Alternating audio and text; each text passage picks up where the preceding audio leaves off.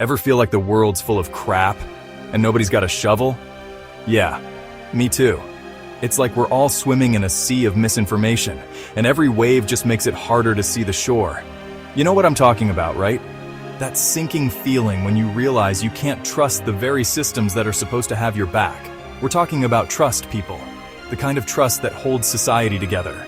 It's the glue that keeps everything from falling apart. Without it, we're just a bunch of individuals, each trying to fend for ourselves in a chaotic world.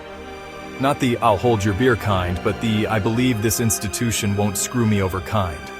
It's kind of important. Think about it. When you walk into a government office, you expect them to serve you, not to make your life more complicated. You trust that the laws and regulations are there to protect you, not to trap you in red tape. We trust governments to, not be evil empires. We elect leaders hoping they'll make decisions in our best interest, not just their own. But when scandals break and corruption is exposed, that trust takes a hit. And rebuilding it? That's no easy task. We trust the media to tell the truth, not whatever's trending. Journalists are supposed to be the watchdogs, keeping those in power accountable. But when sensationalism takes over and facts get twisted, it feels like we're being fed a diet of lies. And that skepticism, it spreads like wildfire. Financial institutions? Don't get me started. We put our hard-earned money in banks, expecting them to keep it safe. But then you hear about financial crises, shady dealings, and suddenly, that trust evaporates. It's like playing a game where the rules keep changing, and you're always on the losing side. And education? Supposed to make you smarter, not drown you in debt. We trust educational institutions to prepare us for the future, to give us the tools we need to succeed. But when tuition fees skyrocket and student loans become a lifelong burden, that trust is shattered. It's a betrayal of the promise that education is the great equalizer. It's like trying to build a house on a foundation of jelly. Spoiler alert, it collapses. Society needs trust, folks. Without it, everything crumbles. It's the bedrock of our interactions, the cornerstone of our communities. When trust is broken, it's not just an individual problem. It's a societal crisis. It's not just a suggestion. It's the damn instruction manual. Trust is what guides us, what helps us navigate the complexities of life. It's the invisible thread that connects us all, and without it, we're lost. So let's work on rebuilding it, one step at a time. Rumor has it people used to trust institutions, like actually trusted them. I know, sounds fake, right? Grandpa Simpson over here rambling about walking uphill both ways to school, except it's about believing the newspaper. But seriously, there was a time when people had more faith in the system. Governments were less big brother and more slightly incompetent uncle. News was something you got from a guy in a hat, not 17 notifications on your phone. Look, I wasn't alive then. Maybe it's all propaganda. But the point is, somewhere along the line things changed. We got cynical, they got sloppy, and now here we are, trusting our cats more than our elected officials. So how'd we get here? How did we reach a point where the very institutions that were once the bedrock of our society have become the punchline of a bad joke? It's a tale as old as time, filled with missteps, blunders, and a series of unfortunate events that have led us to this moment. How did institutions go from respected to avoid eye contact levels of awkward? It's like watching a slow-motion train wreck, where you can't look away but you also can't believe what you're seeing. Well, buckle up, because it's a greatest hits of bad decisions. From the halls of power to the streets where we live, the story is the same. A cascade of errors that have eroded trust and left us all feeling a bit cynical. First, you've got good old-fashioned corruption. The kind that makes you wonder if anyone in power is actually looking out for the people they serve. It's the backroom deals, the envelopes stuffed with cash, and the blatant disregard for the rules that are supposed to keep things fair. Turns out, power really does corrupt, who knew? It's almost like a rite of passage for some politicians. A dark initiation into a club where the only rule is to not get caught. Politicians on the take, banks gambling with your money, it's enough to make you want to live off the grid. Then there's the incompetence, the kind of bungling that makes you question if anyone knows what they're doing. Remember that bridge that collapsed? It wasn't just a bridge. It was a symbol of everything that's gone wrong. poor planning, shoddy construction, and a complete lack of oversight. Or that time the economy went, nope, 1 minute, everything's fine, and the next, it's like the floor dropped out from under us. Jobs lost, savings wiped out, and a sense of security shattered. Yeah, those were confidence boosters. It's hard to feel secure when the systems in place to protect us seem to be the very ones causing the problems. When institutions mess up this badly, it's hard to trust them with the small stuff, like renewing your driver's license or getting a building permit. The inefficiency and red tape make you want to pull your hair out. And let's not forget the internet.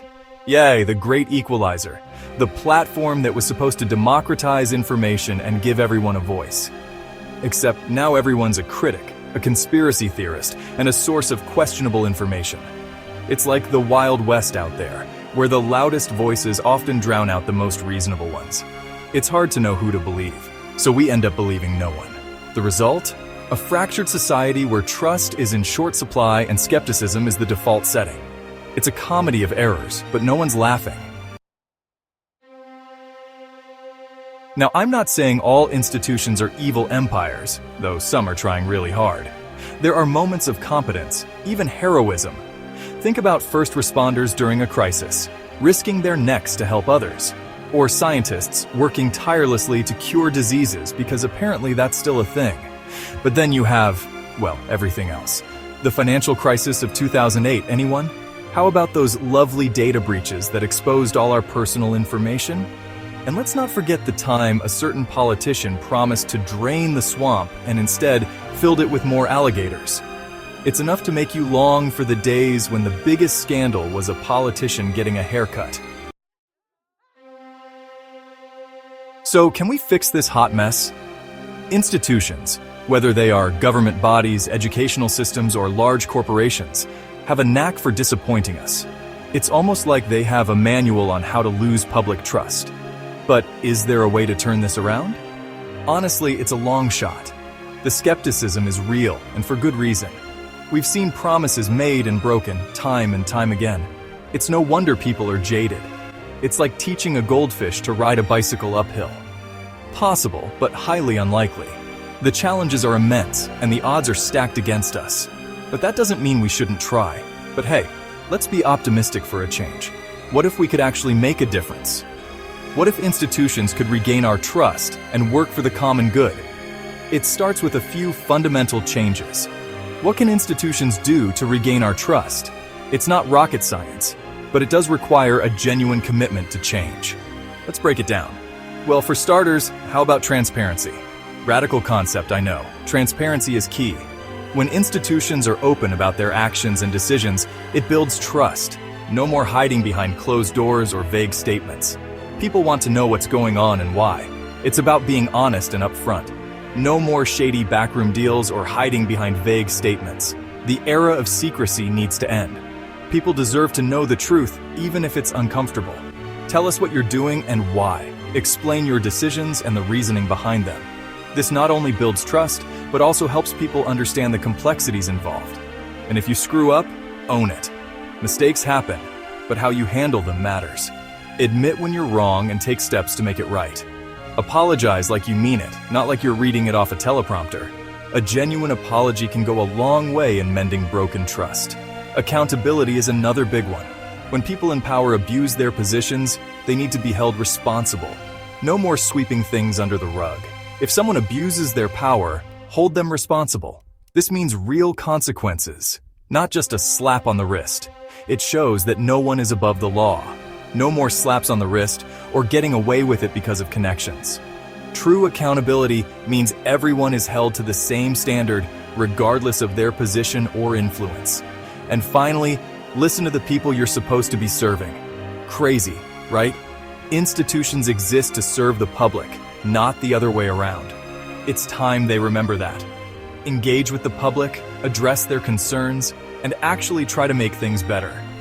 This means active listening, genuine engagement, and a commitment to making positive changes. It's not easy, but it's necessary. If institutions can take these steps, maybe, just maybe, they can start to rebuild the trust they've lost. Look, trust is like a fragile, easily startled bird. Once it's gone, it's really hard to get back. But we need to try. Our sanity and maybe even our future depends on it. Institutions need to step up their game. No more lies, no more corruption, no more incompetence. We deserve better. And frankly, they're not even doing a good job of being bad. So let's raise the bar, shall we? Demand better from our institutions. Hold them accountable. And maybe, just maybe, we can start to rebuild that crumbling foundation of trust. Or at least, we can stop it from collapsing entirely. Because let's be honest, the alternative is just too damn depressing.